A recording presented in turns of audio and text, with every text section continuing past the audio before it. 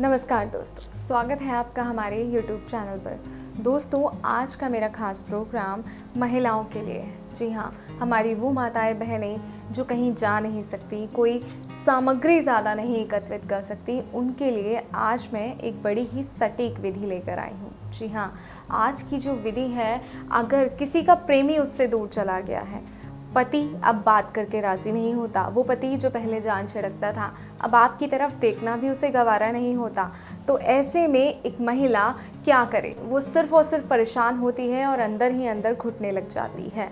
तो ऐसे में आपकी परेशानी का हल आज मैं आपके लिए लेकर आई हूँ, क्योंकि हम महिलाएं जो होती हैं वो अपनी परेशानी बहुत ही कम लोगों से शेयर कर पाते हैं, बात कर पाते हैं, उन्हें अपनी समस्या बता पाते हैं, क्योंकि हमें ये लगता है कि अगर हम अपने घर की बात बाहर ले जाएंगे तो इसमें हमारे परिवार की बदनामी होगी, लोग हमारे घर के परिवार के बारे में, हमारे पति के बारे में क्या सोचेंगे। लेकिन वो पति जो आपकी परवाह ही नहीं कर रहा, ऐसे पति के बारे में क्या सोचना, लेकिन वो पति है, इसलिए उसको अपने पास वापस लाना बहुत ज़रूरी है। तो आज का जो उपाय मैं लेकर आई हूँ आपके लिए, अगर इस उपाय को आप सही तरीके से करती हैं तो आपका पति जो आपकी तरफ देखता नहीं, वो आपके प्यार में पागल हो जाएगा।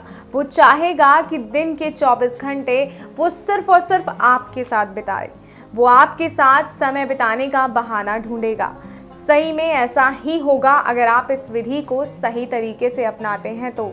अगर आपका प्रेमी है जो आपसे दूर चला गया है, किसी और औरत के चक्कर में पड़ गया है, अगर आप चाहते हैं कि वो भी आपके पास लौट आए तो आप इस विधि को अपनाइए। वो आपका प्रेमी आपके पास रहेगा और खुद ही चाहेगा कि जल्द से जल्द उसके साथ, आपके साथ उसका विवाह संपन्न हो जाए। वो हर कार्य करेगा आपसे शादी करने के लिए। जो कार्य इस वक्त आप कर रही हैं, आप परेशान हो रहे हैं जितना उसके लिए, उतना वो परेशान होगा आपके लिए, उतना वो तड़पेगा आपके लिए। अगर आप चाहती हैं ऐसा, क्योंकि हर एक औरत का सपना होता है कि चाहे उसका प्रेमी हो, चाहे उसका पति हो, सिर्फ और सिर्फ उसकी तरफ देखे, सिर्फ और सिर्फ उसके इर्द गिर्द रहे। अगर आप ऐसा चाहती हैं तो इस तरीके को अपनाइए, इस उपाय को सही तरीके से कीजिए और अपनी हर समस्या का हल कीजिए।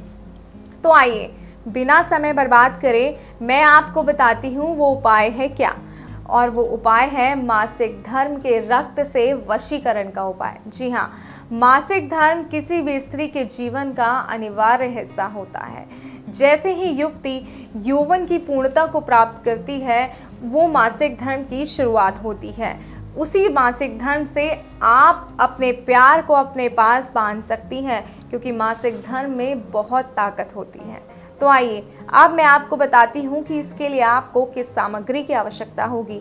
आपको अपने मासिक धर्म के दूसरे दिन के कपड़े की आवश्यकता होगी इसके लिए, और इसके साथ ही आपको चाहिए होगा नींबू और एक कलश।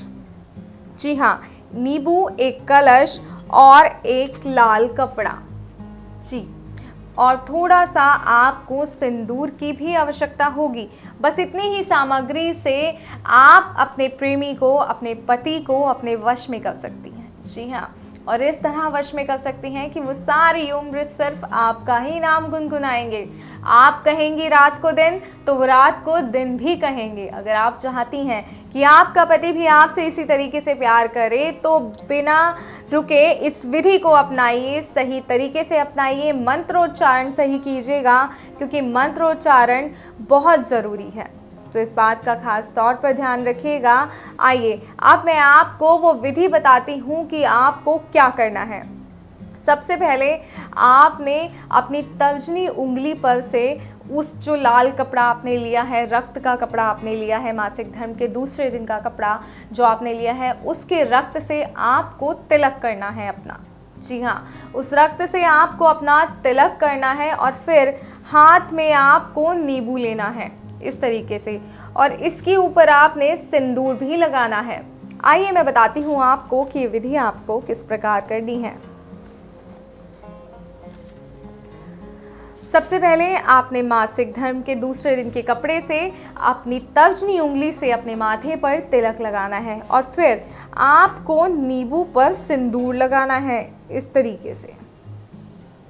ये देखिए, इस तरीके से नींबू पर पूर्ण रूप से आपको सिंदूर लगाना है और इसके बाद इस नींबू को हाथ में लेकर 11 बार मंत्र का जाप करना है।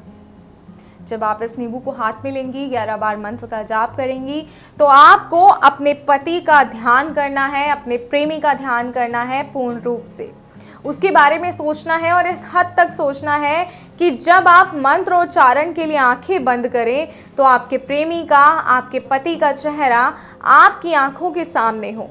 जी हाँ, जब इतना ध्यान आप अपने पति का कर लेंगी, उसके बाद आपने एक मंत्र का 11 बार उच्चारण करना है।